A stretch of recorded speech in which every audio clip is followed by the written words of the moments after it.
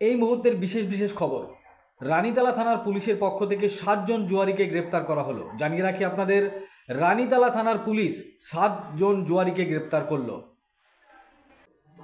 Police সূত্রে জানা যাচ্ছে, রানীতলা থানার পুলিশ গোপন সূত্রে খবর পায় যে কোলান এলাকায় জুয়ার আসর বসেছে। সেখানেই হানা দিয়ে 7 জন জুয়ারিকে গ্রেপ্তার রানীতলা থানার পুলিশের।